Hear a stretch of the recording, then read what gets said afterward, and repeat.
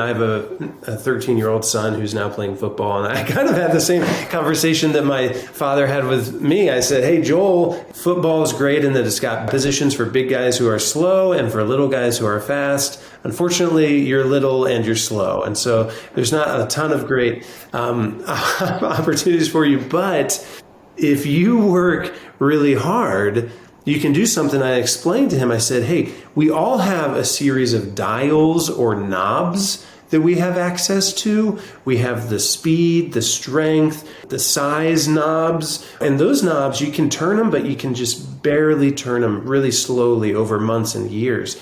I said, but you have a whole set of knobs like effort and crazy is one of the knobs, and there's a knob called fear, and there's a knob called consistency, and all of these knobs you can just crank. Like you can crank your effort knob, you can crank your crazy knob, you can turn your fear knob off. And I said, if most people are scared they're not willing to crank those knobs all the way, and if you do, then I'm telling you, you can make a difference. And he comes back the day after his first practice, and he said, Dad, the knobs work. We believe that you are strong by design, and you were made in God's image to have a strong body, mind, and spirit. You're listening to the #1 Strength and Health Authority podcast in the world. So let's get ready to unlock your potential and transform your life in today's episode. Hello there. Welcome to the Strong by Design podcast show. Hosting today, Coach Chris Wilson. So happy to have you. We're honored that you've landed on our show today. If this is a new show for you, you're a first-time listener, we thank you so much for being a listener of the Strong by Design podcast. We have a lot of great past podcasts for you to go back and listen to. Just hundreds and hundreds of amazing conversations that we've had over the years. And we're just so grateful to have this opportunity to speak with you, to have fantastic, truly remarkable people on the show who get to share their lives. And I get something from it every single time. Every conversation changes me.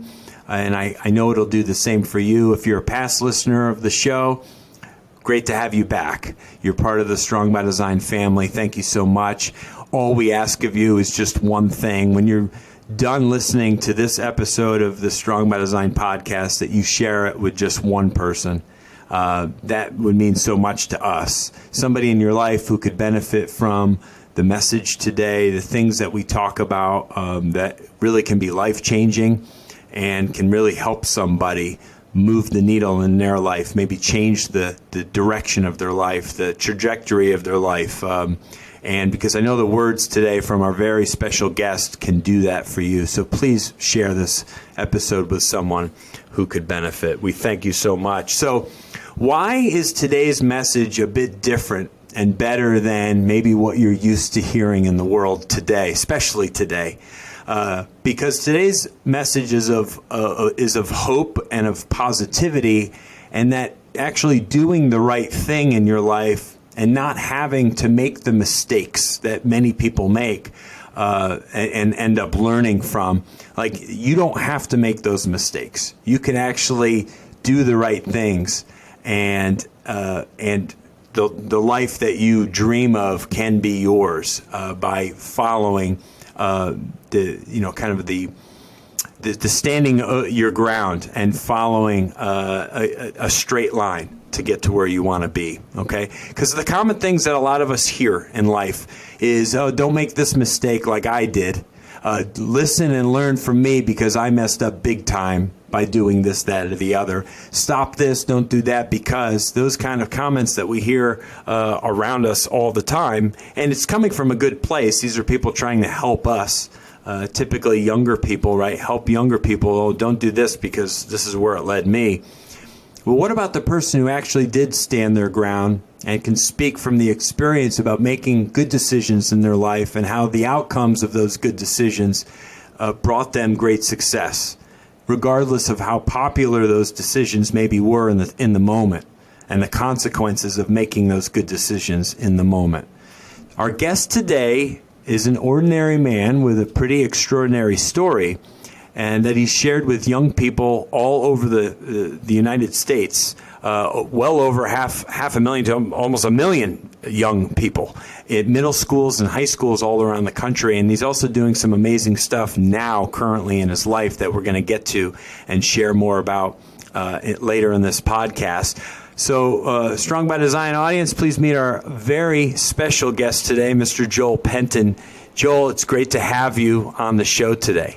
Chris, thank you for having me. It's an honor to be a part.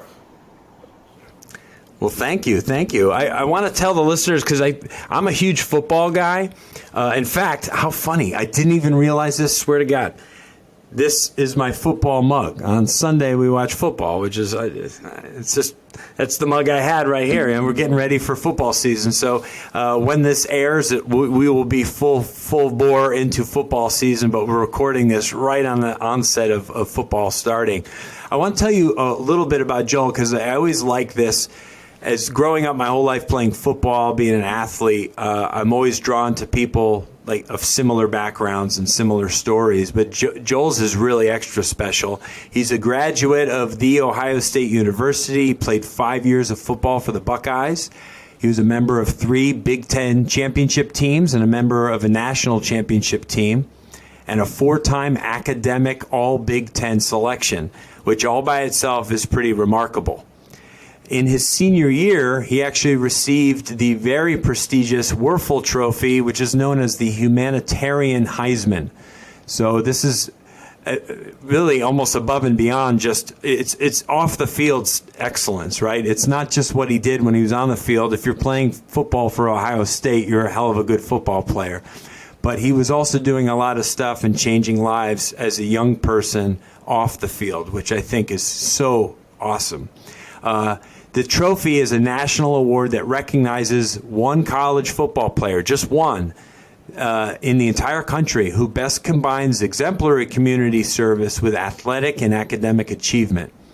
And after he graduated from OSU, he turned down an opportunity to play professional football to begin a full-time speaking career, which is pretty remarkable in its own right. And then since then, he's gone on to speak, like I said, to middle school and high school kids all over the country, and started a new project just a few years ago that has really kind of captured his passion and changing his direction of his own life. So can't wait to hear more about that. So Joel, again, so great to have you. I want to start by asking you, more personal questions. Like, number one, when I have always liked speaking to large groups, or I've never shied away from the spotlight and being in front of people. But I know for most people, it's like the biggest fear that they could have, right? The fear of death and the fear of public speaking, right? And so you've done more public speaking than I'll ever do, speaking to our most impressionable people, our middle school and high school kids, which is huge. What is that like to be in a room, in a setting where all of these kids are dead silent and you have their full attention? What does that feel like? Yeah, it's a pretty remarkable feeling. And it's remarkable in part because I have experiences of being in those rooms on the other end, right? I remember being a student and having speakers come in, or being in church and hearing a sermon and knowing that real change can happen in those moments. It's not as though life is all about listening to a bunch of speakers, but when you hear a message, it can really leave an impact. It's funny you say, to call back to that public speaking is a great fear. I think it was Seinfeld who said that public speaking is the number one fear, followed by death, which is second. And so people would rather be in the casket than giving the eulogy, I think was his. I think you're absolutely right. That does sound like a Jerry Seinfeld thing, though. Yeah. But that's all to say that it's worth the cost. It is a bit nerve-wracking. I'm over it now. Like anything, you get used to it. But knowing that you can have an impact on people at the same time, multiple people at the same time. And that's why I got into it. I come from a family of mathematicians. My mother was a math teacher. I have a sister that majored in mathematics at the Naval Academy. She's way smarter than me.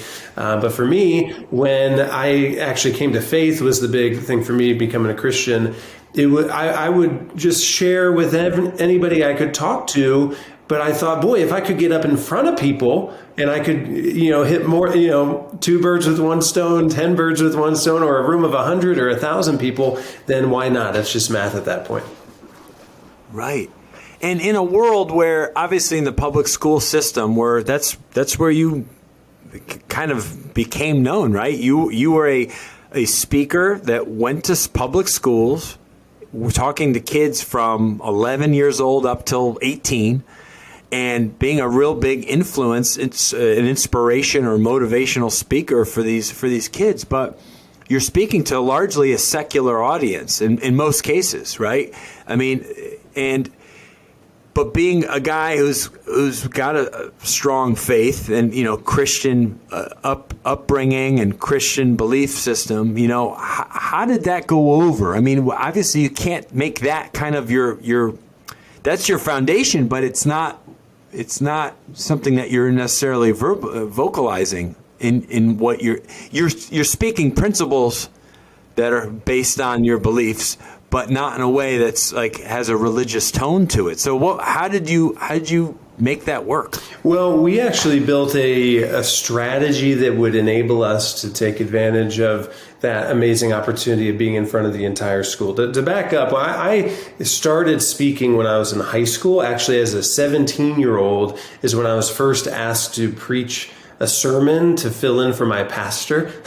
And so I said, sure. And I never thought, even to this day, I don't think of myself as some sort of great orator or speaker or something, but I just try to be competent and do a good job, and organize my thoughts well. And so when I was given the opportunity, I said, sure. And I just developed a passion for it. And I thought, yeah, I could do this. And then when I went to college, I did a lot of speaking. Yes, I played for the Buckeyes, and that opened up a lot of doors, gave me a platform. And I always wanted to be able to share my faith. I wanted to share the gospel. And then as I came out of college and I started doing speaking, I started getting a lot of invitations at churches and youth groups.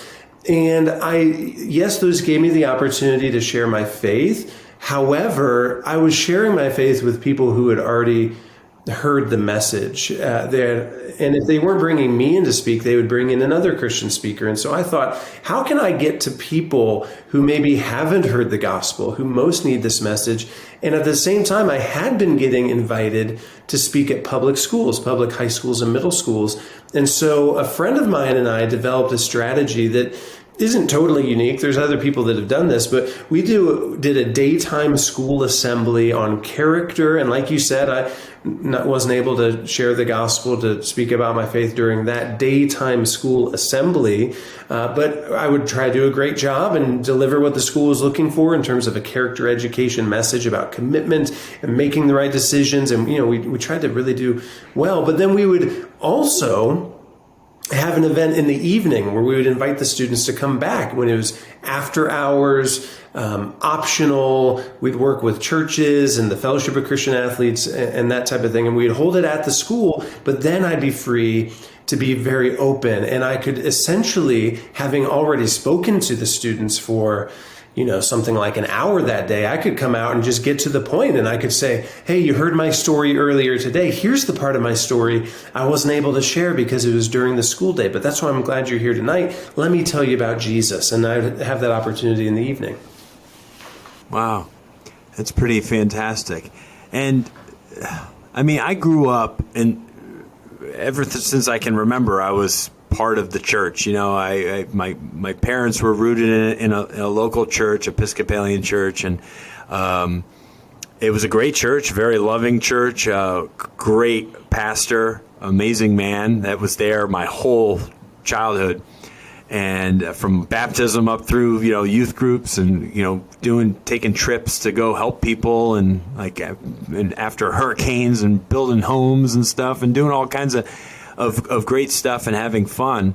But yeah, that wasn't something that was, I say not popular, but it's almost like there was that division between your youth group and church friends, right? And then your high school, friends. And you were still friendly with those people, but we all move in like groups and little cliques and stuff when we're younger, right?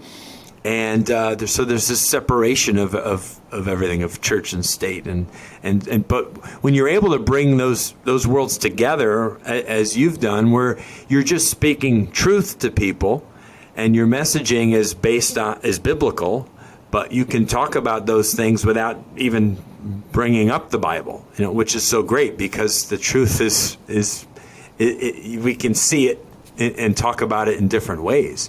So that's pretty fantastic that you were able to do that. My question to you is, at what age did you realize that you were more interested in staying on more of the narrow path that would naturally kind of lead to separation with certain groups? Like, obviously, growing up, you were an athlete, and pretty darn good one if you're going to end up playing at one of the most recognized college programs in all of sports.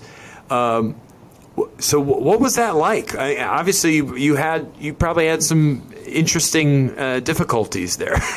Yeah, great question. Well, I tell you, part of that was just my love for sports. I started playing football at the age of 9. I wasn't very good when I first started playing, very uncoordinated, very slow. I remember being picked third from last out of like 50 kids when I tried out. Oh, wow. And my father really drilled it into me. He said, Joel, you don't have a ton of natural talent and ability, but if you're willing to work hard, if you're willing to never miss a workout, if you're willing to do more than everyone else, then you could compete and you could excel. And so I took that to heart. And so at a very young age, I started doing as many push-ups and sit-ups every night as I could before I went to sleep.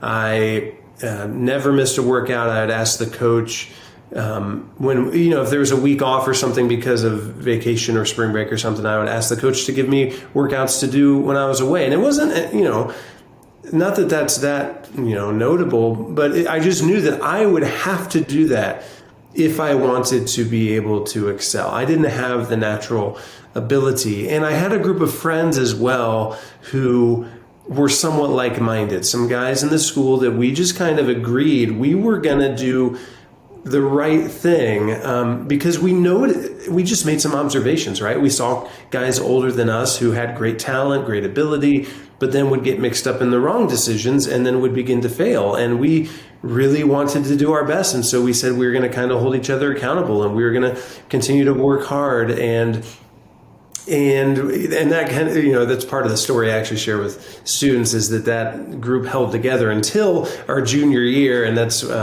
there was some turbulation there. But through it all, I guess God protected me. And again, I knew that I needed to stick with it, and for it to pay off. And by God's grace, by no means I'm perfect, and I've made, my fair share of mistakes even just today. But I have what some people would say is a boring story, right? Like, I never ended up hitting rock bottom. I never flunked out or got arrested or that type of thing. And I think what it goes to show is that, a normal person from a small town, if you make some good commitments and stick to them, that it pays off. Yeah. And that's not always the sexy or attractive answer, right, that people are looking for, because everyone wants the quick fix or the dramatic turnaround and shift, the 180-degree change from, you were at this point in your life and now you're here. And that's played up, obviously, quite a bit in storytelling and movies and everything else that we're so used to. But sometimes it's pretty fantastic when someone is just a certain way and is able to stay on that narrow path all the way through. And it's pretty amazing that you didn't wander or fall from it, and that you were able to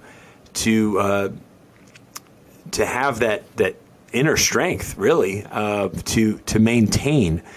People aren't used to the grind, to sticking with something for an extended period of time. I think that's what's made our company, Critical Bench, successful for over 2 decades, because we put in the work, we stay the course, we grind, we maintain and stick to our core values as a business, and how we do, how we collaborate, and the relationships that we maintain and that we keep, and the things that we will and won't do. And that can lead to great success, but it's not what everyone wants to hear, and it is certainly hard work to do that, to make those good decisions repeatedly.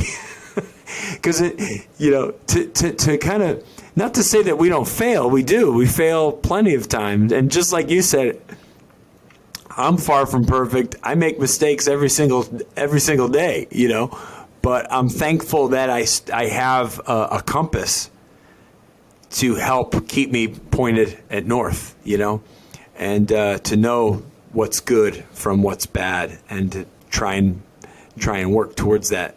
So, who was it? Question for you: who was it in your life, or people in your life, that really modeled this path for you?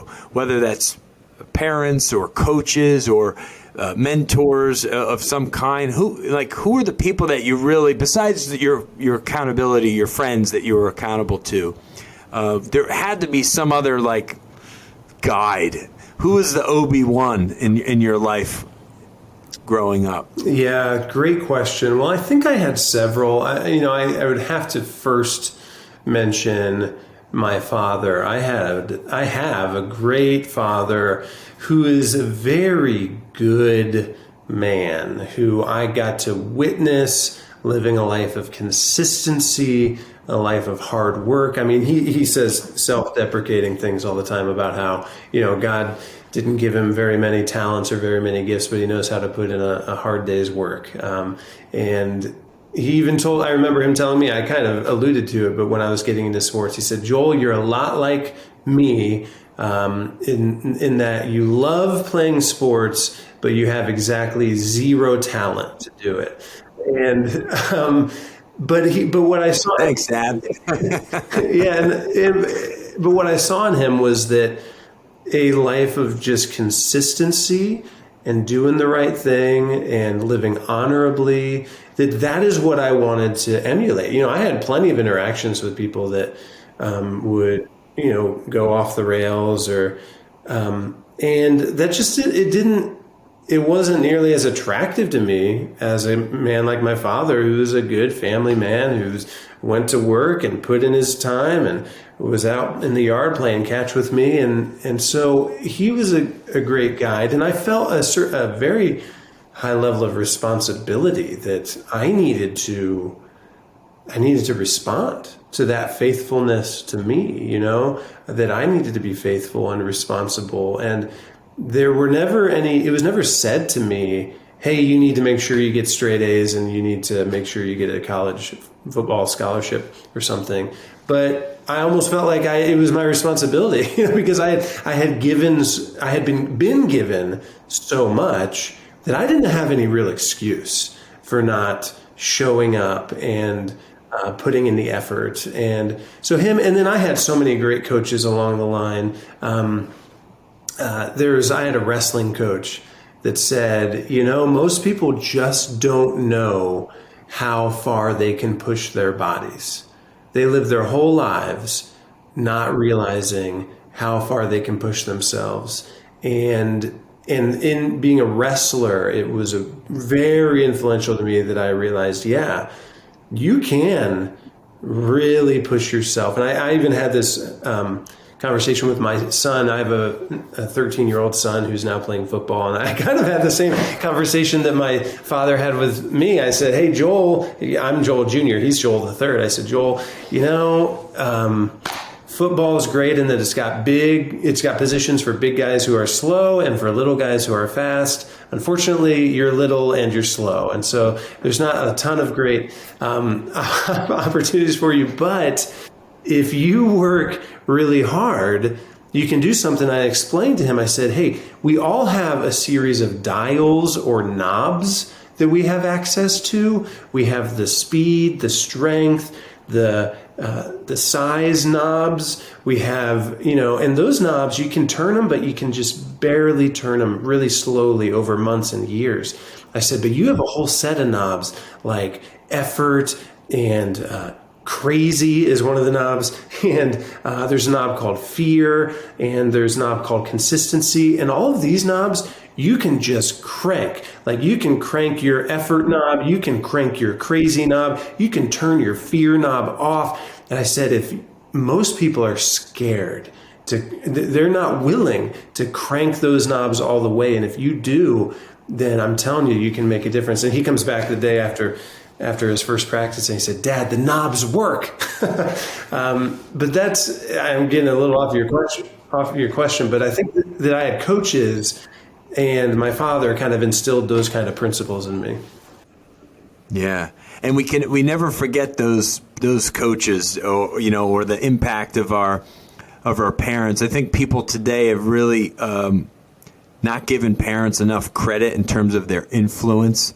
The parents, even with all this social media malarkey and all this stuff that's out there that kids are drawn to, no one has more influence over their children than their parents. Until they are 18 and out of the house, the parents are the most influential people in their life, which is pretty, like, I don't say scary, but it's pretty heavy as a parent to think that, but it's also pretty fantastic because I like that responsibility that I can be a great influence and leader for my son and my daughter. And you have your obviously family picture over your shoulder there, which I know you have 4 children, right? I have 5 children. I have 4 boys and a girl. Oh, now you have 5, right? Yeah, because it's not updated right. Since the 5th one came.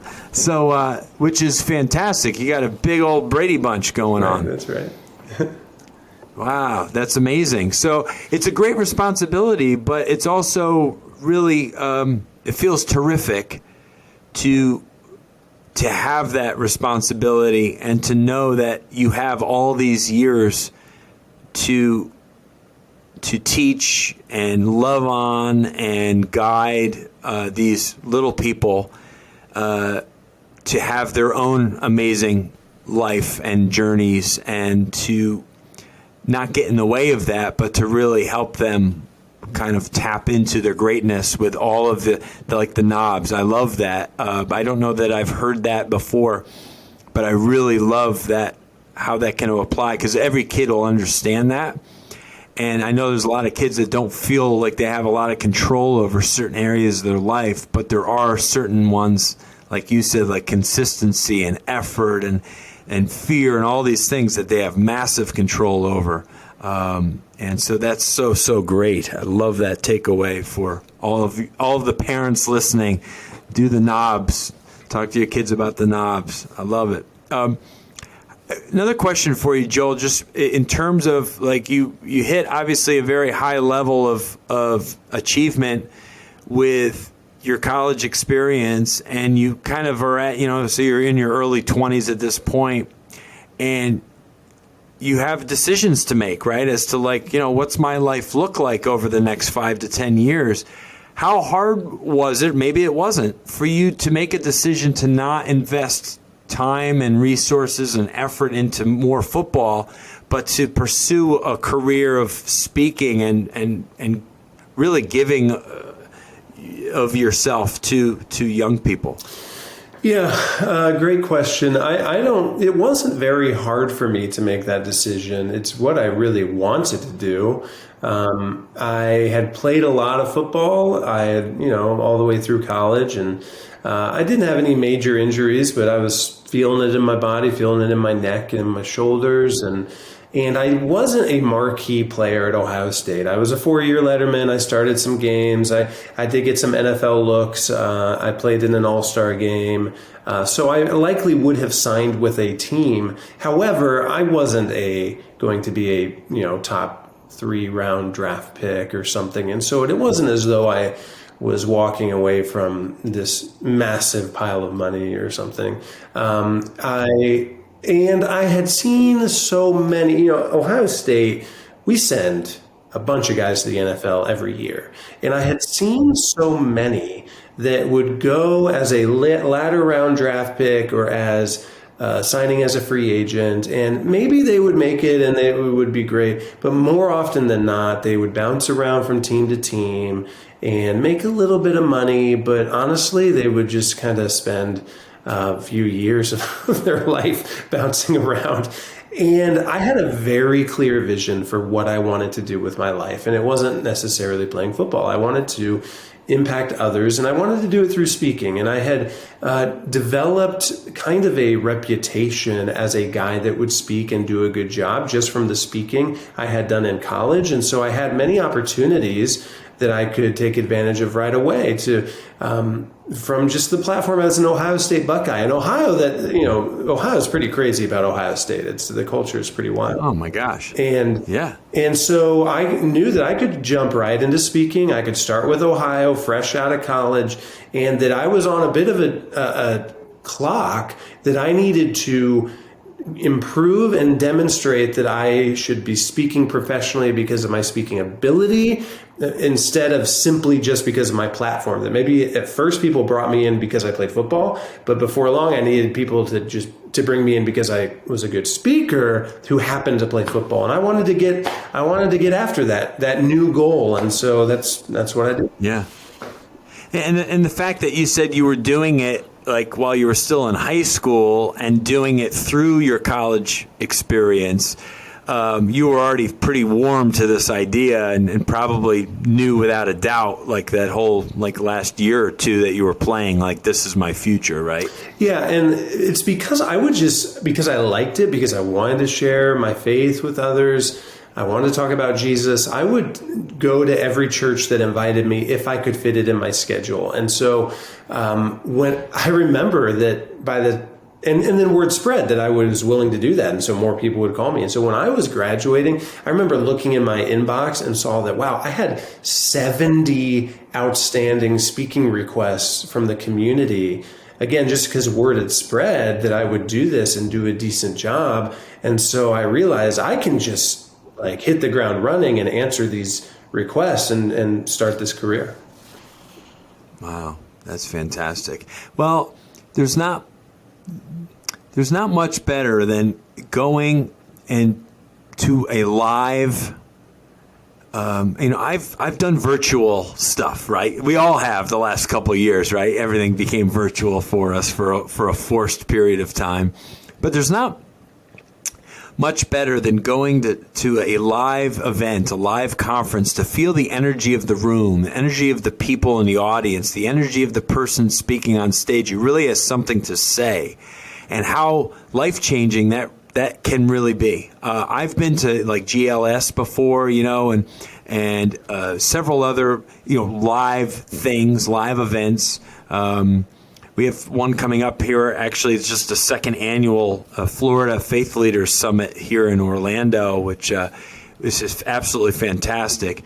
The first year of it last October, and so excited to go to that. But just to be in the room with other people, there's just something about it that if someone listening has not experienced that, I urge them to go and be a participant in a live event that's about growth, about leadership, about entrepreneurship, about faith, about anything that can really change where you're at in life, because it's just that connecting with other people, and that way that event can make you feel that's unlike anything that we'll get in a virtual setting. There's just something special about it. And obviously, exactly what I'm talking about after being part of that so many times over the years. Speaking of which, out of all the different live events that you participated in, all the people that you spoke with and schools that you were at, is there one or maybe a few that really stand out to you that you left feeling like changed or transformed from? Wow, great question. There are sermons I've preached in churches that, as I'm sharing straight out of Scripture that I feel like I'm preaching to myself and that I'm just hopeful that people are learning as much as I am, because I feel the Spirit moves so much. There are times in schools, I don't know if I'd be able to give you a specific one, but especially when you get into these challenging situations, it can be very powerful that I tend to think that a public high school is the hardest audience that's out there, because the teenagers are by nature very skeptical, and they know that, okay, this person, my school principal paid this person to come here to try to fix me or something, and so they're very skeptical. And then when you get into an environment that's rough, like a gymnasium where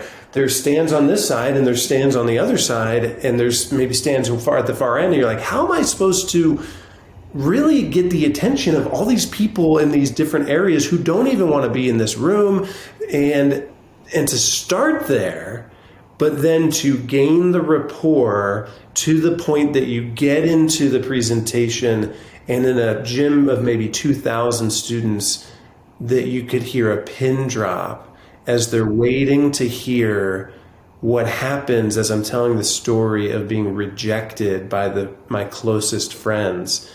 And then to know, and then to get to meet some of these students afterwards. It is a powerful, and like you said, it's an experience that you just can't replicate with digital, right? And in the same way that a phone call, that a phone call is one thing, but sitting across the table from a flesh and blood human being over a cup of coffee, that's different. And similarly, you can't replace that feeling in the same room as everybody's there and the energy. It's something about the way God made us that we can. It's a real thing.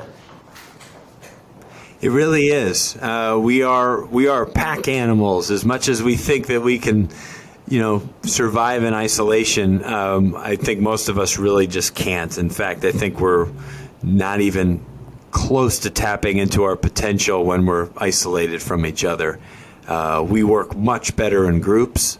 It's just about finding the right group to associate with and stuff. But I mean, I can speak from experience over the years, being parts of teams and groups and organizations, and I'm part of a fellowship group that we actually meet virtually and in person, but we do a Saturday morning at 7 a.m. every week.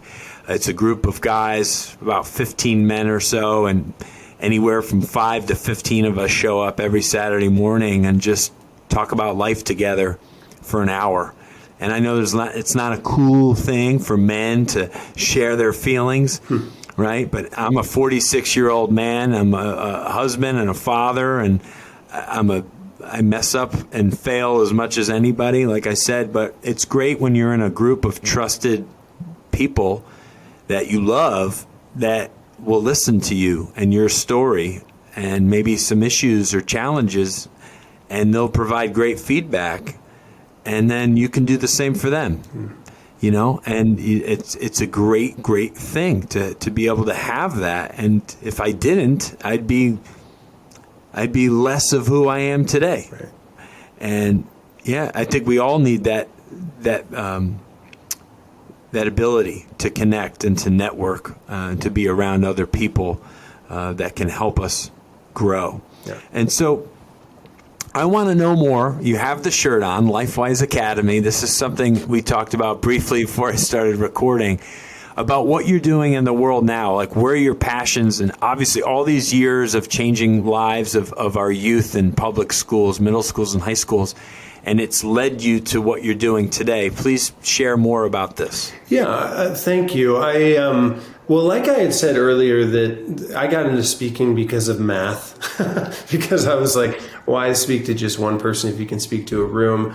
For me, it's always been, what's going to be the most strategic way to share the gospel, to share about Jesus with students in public schools who most need to hear about him.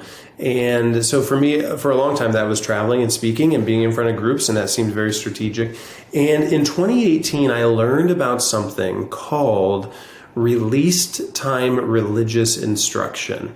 It's a mouthful, but it is this very little known practice. I knew nothing about it, and now, I mean, it's hard to sleep. I'm so excited about it. It is the practice of students being released from public school in the middle of the school day, and I can't overstate how important that strategic distinctive is. Students are released in the middle of the school day to receive religious instruction, provided the program's off school property, privately funded, and students have parental permission. The Supreme Court ruled on this 70 years ago that it's constitutional.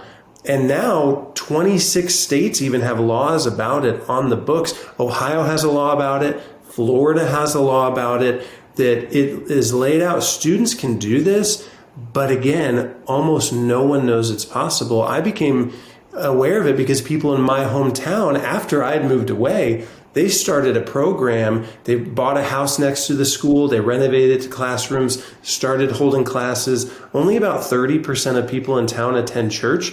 But by the third year of holding classes, 95% of the public elementary school students were enrolled in the course, being taught the Bible once a week through the program. And so it was that group in my hometown that reached out to me in 2018 to say, Joel, we were onto something here. We have this incredible program. Almost all of our students in town are now being taught the Bible. We can't figure out why other people don't have a program like this. And that's when our organization that has traveling speakers and musicians that go into schools, we partnered up with the group in my hometown to create a plug-and-play program called Lifewise Academy that any community can implement to begin teaching their public school students the Bible, again, during school hours. Wow. Yeah, I had no idea. I've never heard of that. Makes perfect sense to me. I like that it's constitutional and it's been around for a very long time. And over half of our states actually have this kind of up and running, right, so to speak. So what's your vision for this? And obviously you've been at this now for 3-4 years. What do you really see this becoming in the next 5 to 10 in terms of your influence and your ability to grow it? Yeah, well, our intent is to make it as widely available as possible. Honestly, we would love to see it in every single state, every single county, every single school district in the nation. Not necessarily because it's about Lifewise, but because this is students have this ability to be taught the Bible during school hours, and we just say, why not? And so when we got started, we launched our first 2 programs in 2019 just to kind of figure it out. Prove the concept. Will this work? It went incredibly well. We launched more, even amidst the pandemic in 2020.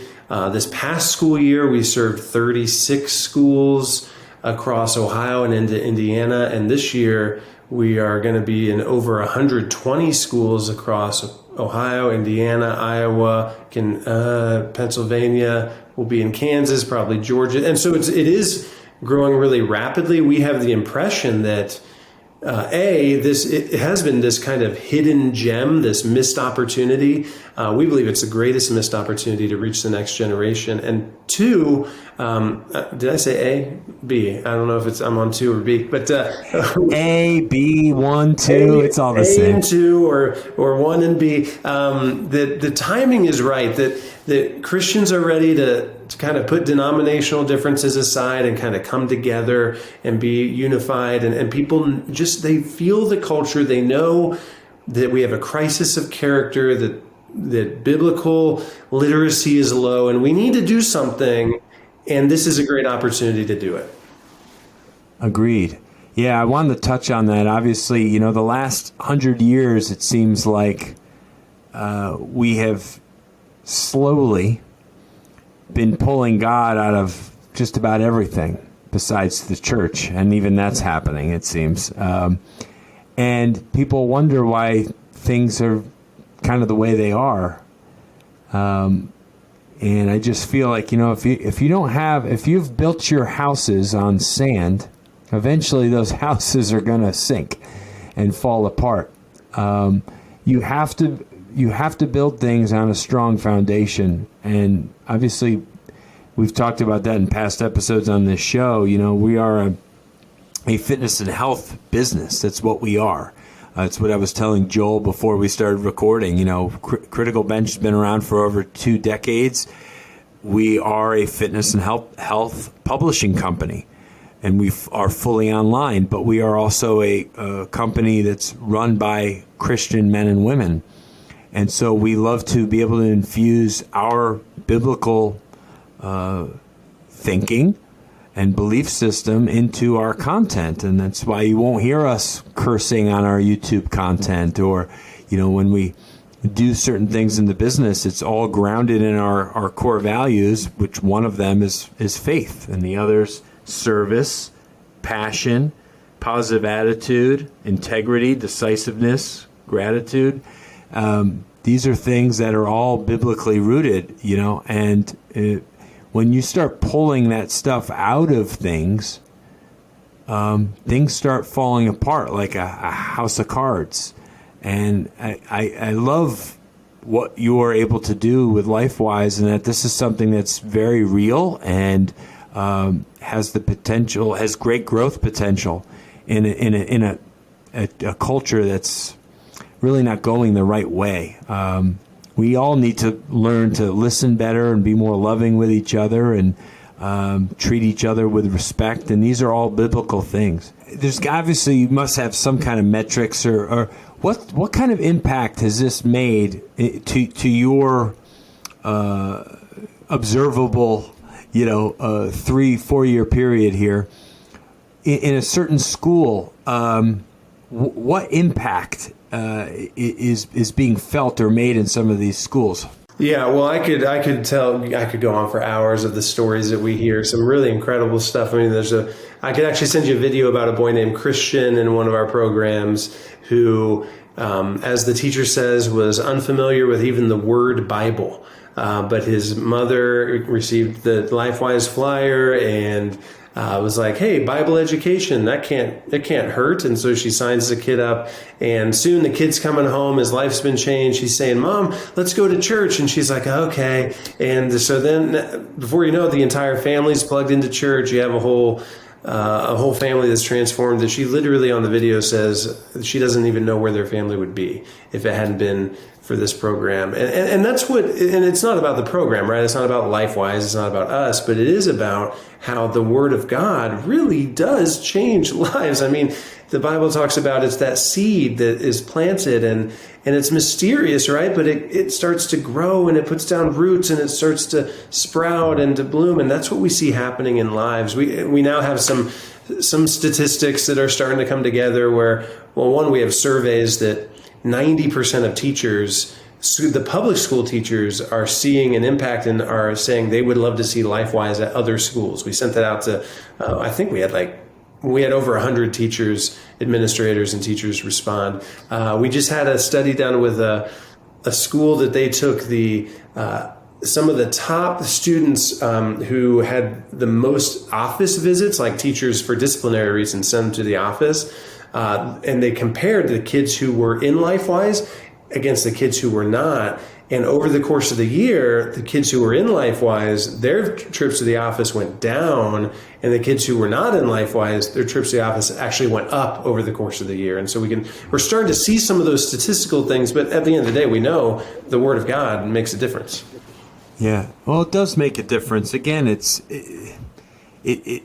grounding these kids in something that's real, where they do all those things that the Bible talks about, right? It's like loving your neighbor. I mean, it's one of the hardest things, but the simplest things at the same time. It's just, what's loving your neighbor look like? Well, your neighbor could be anybody, right? It could be your next door neighbor. It could be your neighbor next to you sitting in the classroom. It could be the neighbor on the school bus.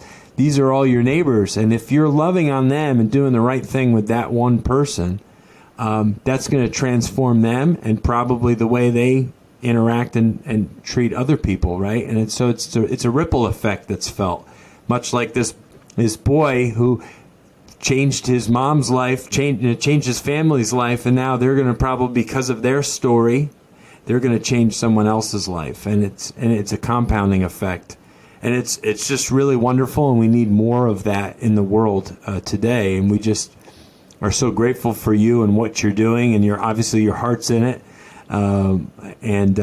like you're excited for your work, right? Every day you wake up, it's like, I got another opportunity to take this thing to the next level, which is a wonderful place to be, I'm sure. What's that feel like every day when you have that opportunity? Oh, it's so exciting. I mean, it really feels like the Lord has been preparing me over the years for this opportunity, right? After making those relationships in schools, and so learning to speak to principals and superintendents, and also learning to speak to students, and also learning to speak the church language, and to now have this opportunity where we have this program that needs to touch all those, right? I mean, it needs to speak the character ed language of the school, and needs to be, run by people in churches, members of congregations, and needs to also interact with students. And so, man, it is, like you said, it's exciting every day. It's not hard to get out of bed to go to work to push this thing forward. Yeah, that's great. Well, thank you so much for what you're doing. Just again, so honored to have you on the show and to share this with all of our listeners, which is so great. Where can people go to find out more about you? Obviously, you have your one website, joelpenton.com, right? But where can people go as well to learn more about Lifewise Academy? Is there, you have a link for that? Yeah, it's lifewiseacademy.org. Again, that's lifewiseacademy.org. And I would just really encourage anybody who's listening that is interested in this, I would encourage that anybody can get the effort started locally. The way these things start is through people signing what we call a community interest list, which is kind of like a petition. You can find your school district on our website. You can sign your list to say, yeah, I'd love to see this in my community. You're not committing to doing anything other than saying, yeah, I'd love to see this. You can then share that link with others, and we collect 50 signatures first before we say, okay, people in this community want to do this. Now let's start working with them. Let's start moving through the process. And so that's all to say that anybody, whether you're in ministry, whether you're a parent, whoever you are, you can look up your school district, you can voice your support, and start the ball rolling. Wow. Very, very good. Love that. Yeah, it sounds like it's a pretty easy thing to do. We'll make sure to share those links in the description area and the show notes. So please check those out right now if you're listening. So grateful for this opportunity. Another week here on the Strong by Design podcast, where I knew we would have something amazing to say and to help change the direction of your life and the lives of those people in your community. A great conversation with Joel. Please share, as I did at the start of this podcast, I said if there's one thing you could do that would really help, would be to share this episode with someone, a friend, a family member, anyone at all who you feel could benefit from what we've talked about today, how important it is to take care of our young people. They need us now more than ever. They need strong leadership, and they need people that they can count on who are doing it right, who are living a life that is strong by design. That's the whole thing. Our show, Made in God's Image, to have a strong body, mind, and spirit. And every single day is an opportunity for you to do that, to make those choices, those good decisions that really can change not just your life, but impact those in your world. So thank you so much. We love you here on Strong by Design. And God bless you. Have an amazing rest of the week. Thank you so much for listening to the Strong by Design podcast. If you found value in today's episode, please subscribe so that more people can find out about our show. Plus, you don't want to miss any future episodes with the amazing guests and topics we have lined up for you.